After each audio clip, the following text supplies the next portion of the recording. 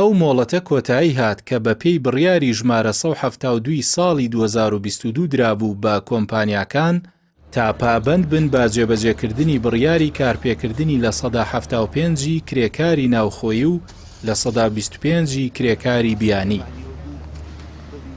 بەڵام سەندیکای کرێکارانی بیناسازی دەڵێت کۆمپانیاکان لەبەر چەند هۆکارێک ئامادە نین کار بە کرێکاری ناوخۆیی بکەن و ئەم بڕیار و یاسایانە جێبەجێ ناکەن.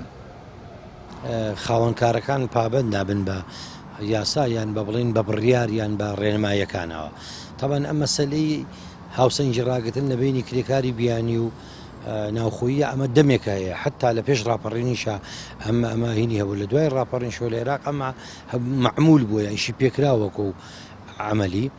بەڵام زۆر خاوەنکارەکان جێبەجێنە ئەم جاری بڕیار کە لە ساڵی 2020 دەرچۆمە بۆ ڕیارێکەوە بێ جێبەجێکرێ. خاوەنکارەکان کە جێبەجێی ناکەن لەبەرەوەی بەرژەوەندیانەیە بە شێلم کرێکارانە بیانیانە زەمانیان بۆ ناکەن یا دەرماڵی پێویستیان پێ نادەن یا کرێکەم تریانە دەنێ. خاڵی دووەمیشی کە جێبەجێ نابێ خاوەنکار پابەت نابێت کێ بەرپرسیارە حکوومەت موسساتەکانی هێشتا لە ئاسی پێویستانیە زەعیفە لە چاودێریکردن لە جێبەجێکردنی تەنانە بڕیارەکانی خۆشیە مڕعاتەکەن جاروێ مڕعاتەکان لە حەدێکایەکە زەرەر بە بەرژەوەندی گشتیە گەێنن. هەزاران کرێکاری ناوخۆیی و دەرچووی دانەمەزراو لە ماڵەوەن و خاوەنی هیچ کارێک نین، نە لە کەرتی گشتی و نە لە تایبەت. ئەمەش ڕێژەی بێکاری لە ناوخۆدا زیاد کردووە. لە کاتێکدا کرێکاری بیانی بە ئاسانی کاری دەست دەکەوێت.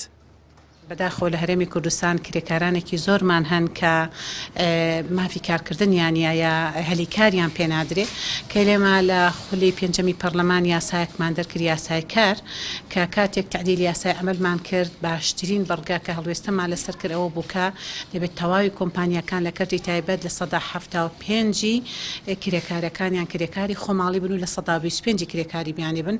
بەڵام لەبەرەوەی کە کرێکارانی بیانی دەستەبەری کۆمەڵایەتیان بۆ ناکرێت کۆمەڵێک شەرت و مەرجێکە لەو یاسادا بۆ کرێکاری خۆماڵی دەستەبەر کراوە دەبێت جێبەجێ بکرێ ئەوان بۆیان جێبەجێ ناکرێت. دەوترێت لە هەرێم کێشەی بوونی یاسا نییە، بەڵکو کێشە لە جێبەجێ نەکردنی یاساکان هەیە. بۆ کرێکارانیش هەمان گرفت هەیە. هەرچەند هۆشداری دراوە بە کۆمپانیاکان کە دەبێت کار بە بڕیاری ژمارە 172 بکەن، بەڵام زۆربەیان لە ترسی خۆدزینەوە لە دەستەبەری کۆمەڵایەتی و موچە کەمتر کار بە کرێکاری ناوخۆیی دەکرێت.